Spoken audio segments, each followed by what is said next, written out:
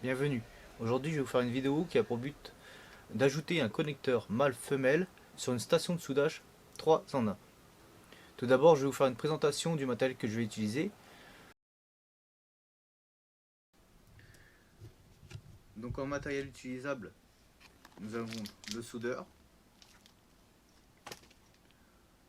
On aura des tubes qui se rétractent à la chaleur pour les câbles. Il y aura un petit forêt pour percer le trou pour le connecteur. D'ailleurs, voici les connecteurs. D'ailleurs, j'ai enlevé la souris. Petite pince coupante, petite pince au cas où. Jeu de tournevis. Voilà, une vis de précision qui nous permettra éventuellement des démontages. Il n'y a pas besoin de grand chose. Dans l'ensemble, ça fera l'affaire. Il faut toujours bien réfléchir à ce que l'on fait. Là en l'occurrence, je vais démonter ma station 3 en 1. Du coup, le fer à souder ne sera pas utilisable. Par conséquent, j'ai prévu un fer à souder extérieur à cette station qui me permettra de faire les soudures des câbles sur les broches. J'ai déjà ouvert l'appareil afin de connaître le nombre de câbles qui passent dans la gaine du pistolet à air chaud. De cette façon, j'ai pu commander les bons connecteurs mâle-femelle. Je sais qu'il fallait un connecteur 8 broches. C'est donc ce que j'ai commandé. Donc, voici la station de soudage. C'est une WER 835D. Voilà. La marque je connais pas vraiment. C'était une station que j'ai depuis quelques années, qui franchement fonctionne super bien. J'ai rien à dire sur elle. Donc, nous l'objectif, comme on peut voir ici, il y a deux câbles. Ce câble-ci, c'est celui du pistolet à air chaud, qui se présente comme ceci.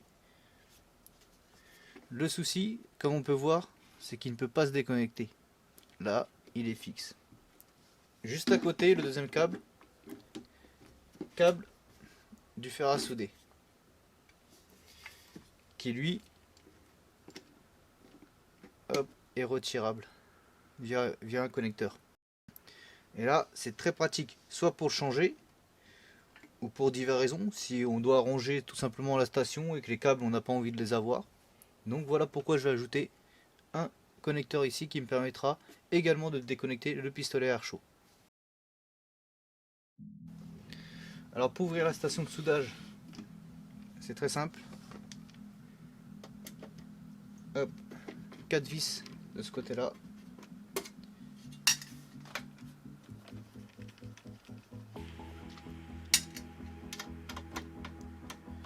Vous savez quoi, j'ai un tournevis électrique. Mais je l'ai laissé. Ah non, il est juste là. Hop. Ça va être encore meilleur.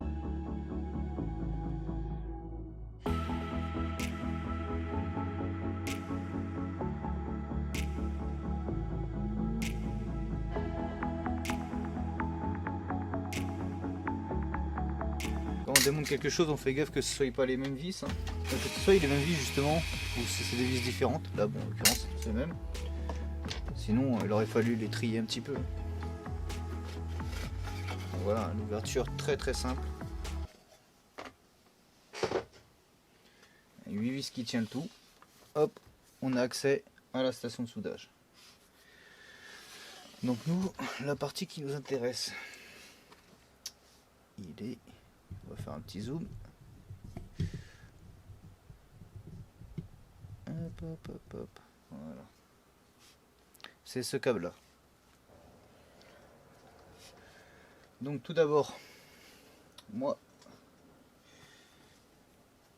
même si là il n'y a pas trop besoin, c'est toujours bien de prendre des photos.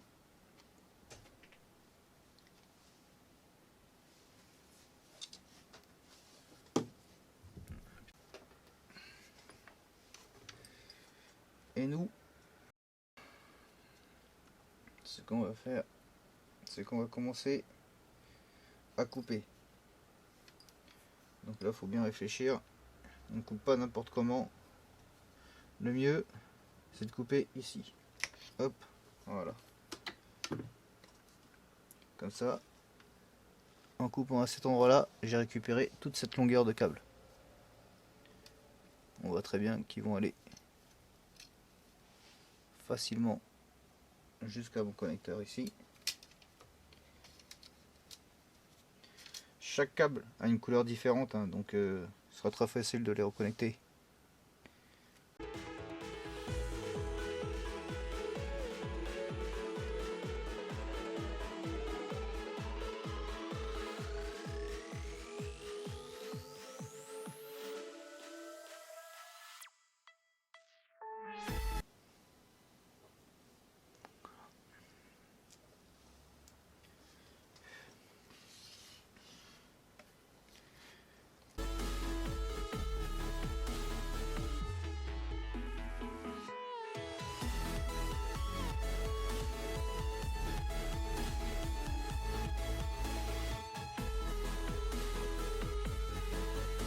Bon, là je vous explique.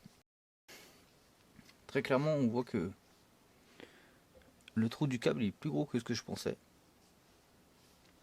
Je pensais pas qu'il serait aussi gros que ça. Je pensais vraiment que le câble il passait dedans et il serait pressé à l'intérieur. Mais en fait non, en fait il est quand même balèze. Ce qui fait que là la difficulté. Alors attendez, je vais essayer de zoomer. Hop, en penchant un peu la caméra. Là si je perce comme ça à la volée, le forail va glisser dans tous les sens. Là ça va pas le faire là. Donc je vais réfléchir à une petite solution. Donc j'ai effectué un petit limage à la Dremel. Voilà. Tout simplement. Il y avait tellement peu que petit coup de Dremel ça suffit. Hop. Voilà, parfait. On va commencer par dénuder les câbles, leur mettre un petit point d'étain.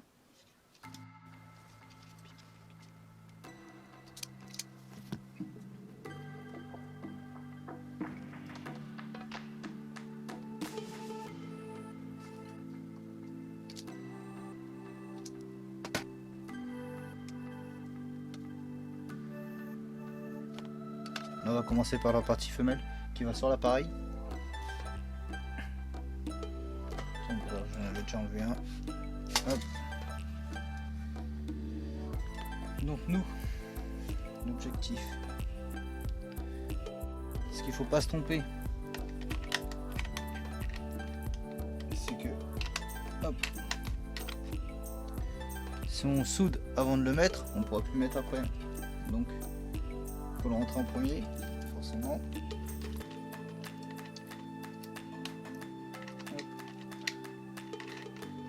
Coucou.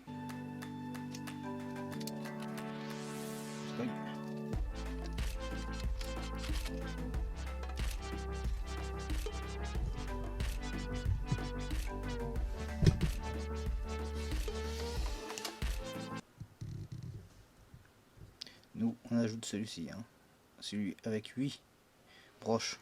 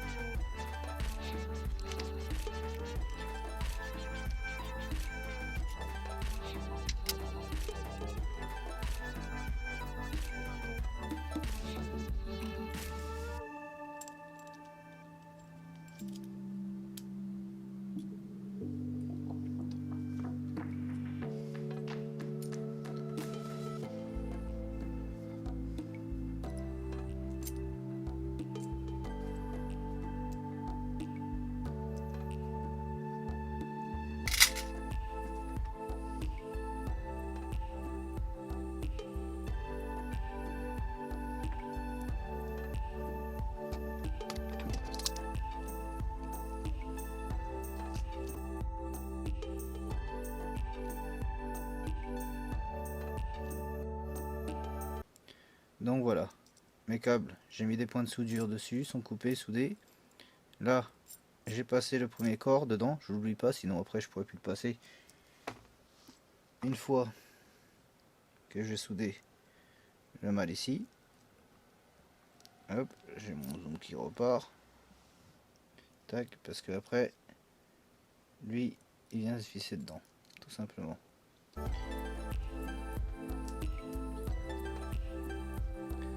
Alors ce qu'on va commencer à faire, hop, on va ajouter de l'étain sur toutes les broches. Petite information. Donc voilà, on a fini de mettre l'étain partout. Maintenant, là on a le côté mâle. Le côté mâle, il a une encoche. Quand il va aller du côté femelle, il peut aller qu'une d'une seule façon. Il va bien falloir réfléchir au câble, comment on va les brancher. Le câble rouge qu'on mettra ici, il faudra forcément qu'il correspond au câble rouge qui sera de ce côté-là. Et oui, sinon il n'y a rien qui va aller là. Donc, je vais tout souder et je ferai pareil de l'autre côté en faisant correspondre les câbles.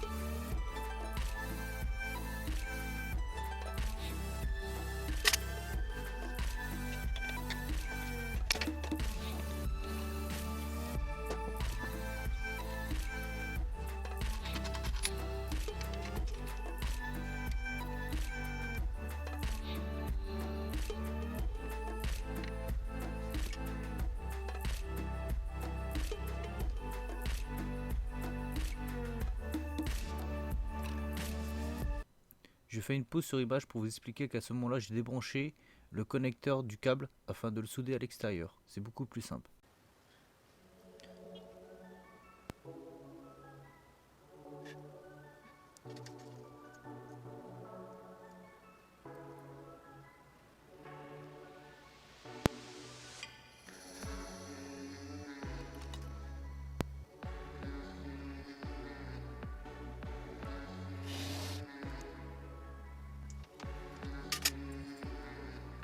À ce moment-là, je suis en train de mettre les gaines thermo rétractables. Il est bien dommage que mon pistolet à air chaud ne soit pas disponible pour ce moment-là.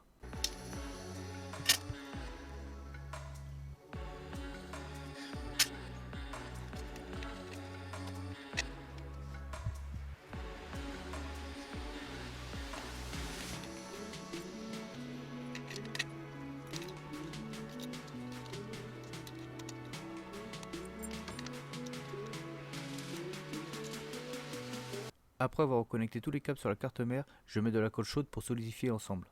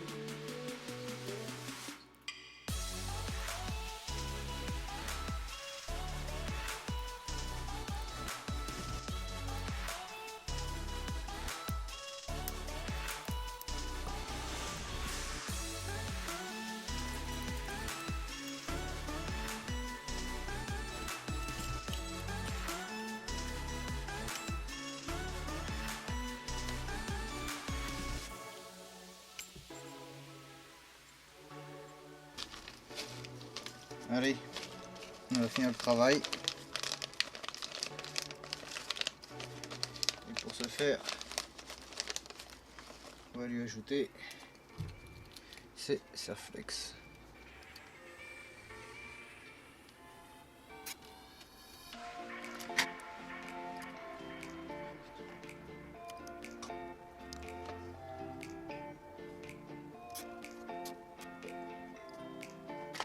Voilà.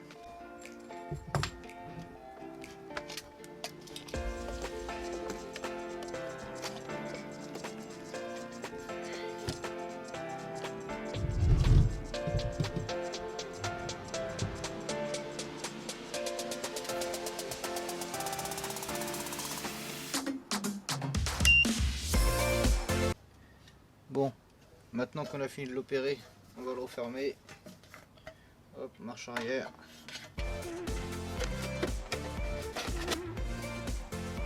On repose son capot.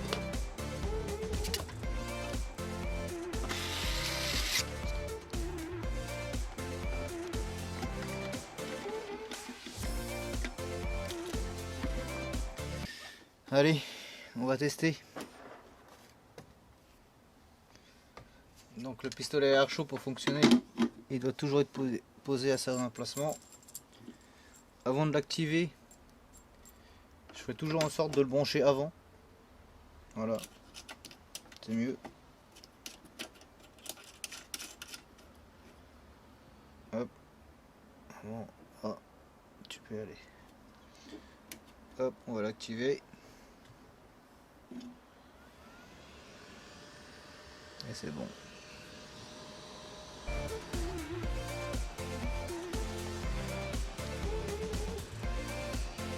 Petite gaine rétractable.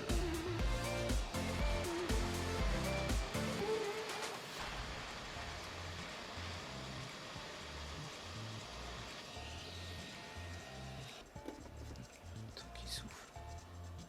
Voilà, parfait. La mise au point, c'est pas terrible encore.